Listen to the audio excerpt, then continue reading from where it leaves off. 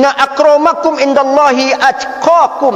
Orang kalau sudah bertakwa dimuliakan Allah. Akram itu karomah, dimuliakan Allah. Macam-macam bentuknya Pak. Ulama-ulama dulu banyak yang karomat Pak. Coba lihat apa, jangan foto orang tua Pak. Angku soleh. Angku soleh itu Pak, kalau kita berdagang datang dia Pak. Ditawarnya dagangan kita. Kok berapa nak? 40.000 buya. 35 lah yo. Tak bisa tu buya. Tu nak jadi wak jual balik. Jen dijual je barang kalau Pak. Tak ada orang ke Bali le. Saya mau melihat dari segi karomahnya angku soleh itu Pak. Allah pernah Pak mencalik ulama menggoreng talu pakai bismillah Pak. Bismillah, bismillah, bismillah. Bekok tiba di rumah Pak, cuba tes goreng talu Pak. Ya bismillah. Ya. Itu hebatnya ulama dulu Pak. Tu Syekh Nawawi Al-Bantani tu Pak. Seketika beliau menulis Pak, mati lampu, memancar sinar di tangan kau Pak. La ilaha illallah.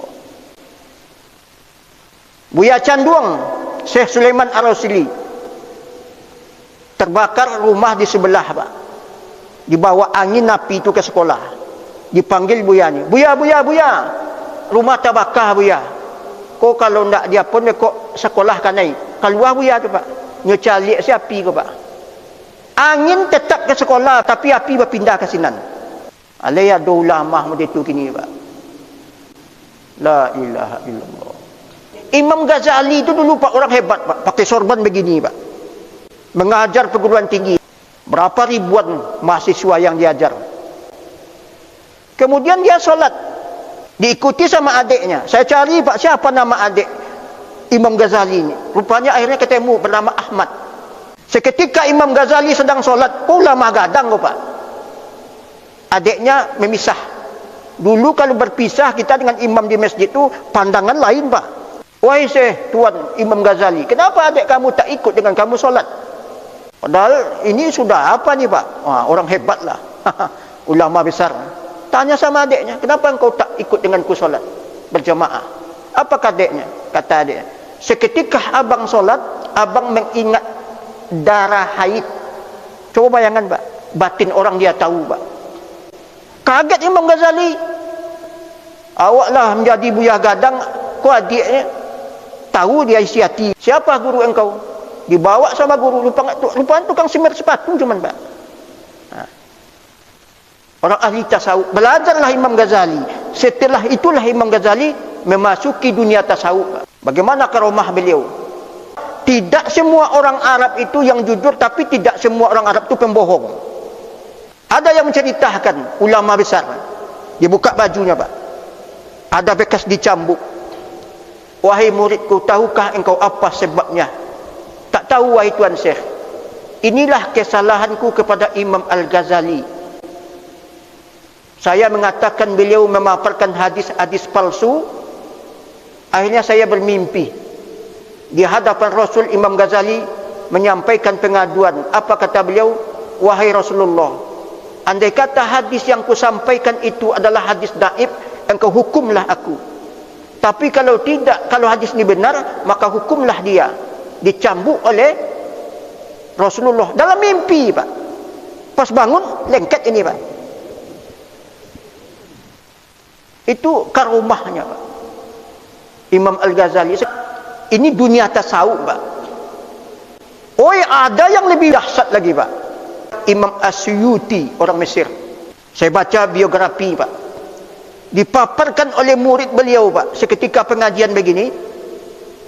Wahai Syekh Imam Asyuyuti, saya hendak ingin pergi ke Mekah, tapi saya tak punya uang. Ditatap oleh Imam Asyuyuti, nanti setelah kawan pulang engkau datang ke sini. Sudah pulang jemaah, dia datang kepada Imam Asyuyuti. Betulkah engkau hendak mau pergi ke Mekah? Betul wahai Tuan Syekh, tapi saya tak punya uang. Engkau pegang tanganku, pejamkan mata.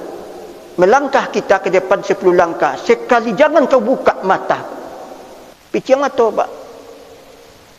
Pas dibuka, tibuh di Masjidil Haram, Pak. Lain masuk akal tu Ustaz. Jadi masuk ke akal, Pak. Tak akan masuk tu, Pak. Dia bukan dunia sini, Pak. Begitu dahsyatnya, Pak. Percayaan tu sini lagi, Pak. Lain kan masuk akal, Pak. Orang di Ashabul Kahfi hidup 300 tahun, tak masuk akal, Pak. Carilah dunia kedokteran kalau bisa, Pak. Sudah selesai engkau umroh, sudah Tuan Syekh. Pulangkah atau tetap di sini?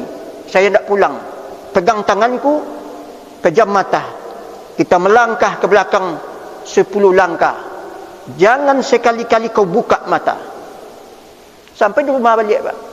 Apalagi bercerita Nabi Isra Mi'raj. Oh, itu kan Nabi. Memang betul, Pak. Allah Maha Kuasa. Kenapa pelit kali mengatakan bahawa karomah itu diberikan Allah kepada orang biasa? Itu karomah tu, Pak. Dimuliakan Allah. Apa pasti dapat tu, Pak. Cuman kita tak tahu, Pak. Entahkah itu masalah rezeki. La ilaha illallah. Itu karomah-karomah yang diberikan Allah kepada kita, Pak. Ya. Makanya bapak, ibu-ibu yang berbahagia, kalau kita tak dapat karomah dalam pengertian yang tadi, Pak, itu tak penting, Pak. Ambo kalau bisa keluar api di tangan ambo kok, Pak. Alah banyak orang cair ambo kok, Pak. Ya. Apalagi yang kurang-kurang ajar tu, Pak. Menghina-hina Nabi, melecehkan Islam. Cuman Allah tak beri, Pak. Apa sebabnya? Kerana memang tak dikehendaki Allah. Jangan bapak mimpi seperti itu. Tapi karomah tu pasti diberikan Allah Subhanahu Wa Taala. Kalau kita tidak dalam bentuk formal, nanti di akhirat, di surga kita diberikan kemuliaan oleh Allah Subhanahu Wa Taala. Yakinlah, Pak. Ya.